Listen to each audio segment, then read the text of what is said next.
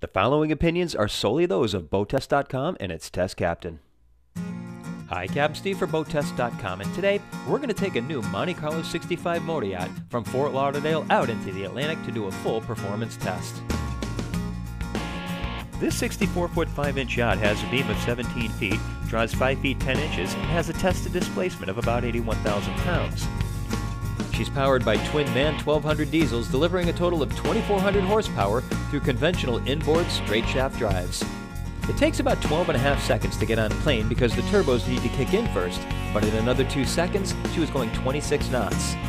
At 2350 RPM, I measured a top speed of 29.7 knots, with the engines burning 120 gallons per hour.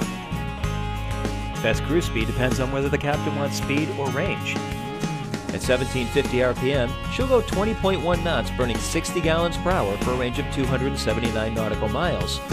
At 2000 RPM, I recorded 24 knots, burning 84 gallons per hour, and at 2250 RPM, she went 27.7 knots and burned 108 gallons per hour. When maxing range is the mission, the Monte Carlo 65 can do quite handsomely. For owners making long passages offshore, 10 knots is economical and comfortable, and the range is 614 nautical miles with a 10% fuel reserve. When I put the yacht into a tight turn, she leaned in about 16 degrees and completed a turn in about 4 boat lengths.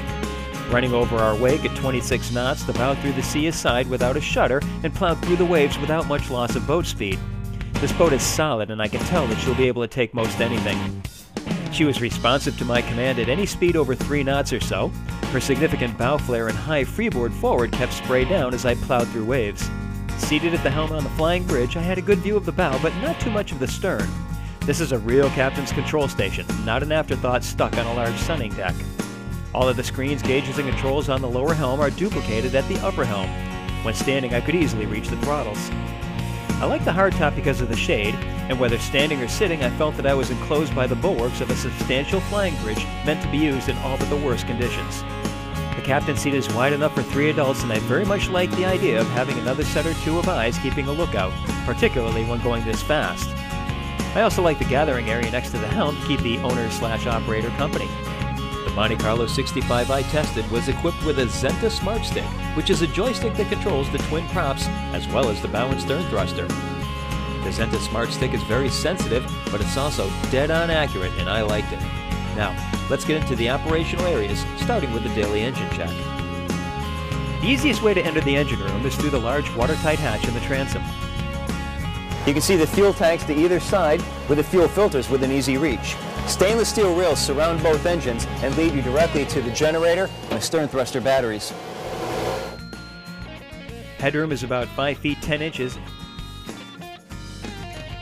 I also found it easy to get outboard of the MAN 8-cylinder engines. The thing that stands out in my mind about this engine room is that everything is well marked and easy to reach. The electrical panels are on the forward bulkhead.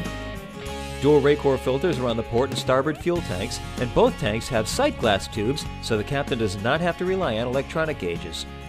The cable master has rollers to make it work flawlessly. The ship's combo washer dryer is at the entrance to the engine room, right next to the crew quarters. Now, let's go to the bow.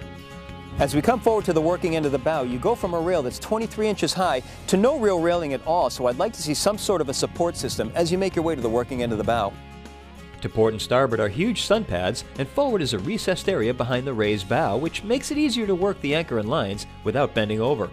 As we go to the working end of the bow, we step down so you're not having to stoop down to get to the working area. Supports for a bimini will go in this section here. Pop-up LED lights, heavy-duty cleats. To the side of the windlass, remote controls and a washdown. Storage is over to the left. The Monte Carlo 65 has open bow chocks with heavy rollers, and the anti-chafe strips are just outside. No worry about the lines making a right angle as they go out through the chocks because you've got cleats on the side of the bow as well. The anchor runs through the stem, and it's handled with a robust windlass with a foot control. Now let's go to the stern. The full-beam swim platform comes out 5 feet 6 inches from the transom, and the hydraulic feature is standard, so it can be lowered to add a pair of PWCs or a tender, or even create the much-enjoyed teak beach. Over to the starboard side, you can see we have a reboarding ladder. Stairs to both sides of the transom lead into the cockpit. One of them will accommodate an optional passerelle. At both quarters, there are huge chocks with 3 rollers that can handle mooring lines from 2 directions at once. There's a large warping winch on each side with a foot actuator and large bollard. Forward is a compartment for lines and fenders. Well, that's my full test and performance review of the Monte Carlo Yacht 65. For BoatTest.com, I'm Captain Steve. We'll see you on the water.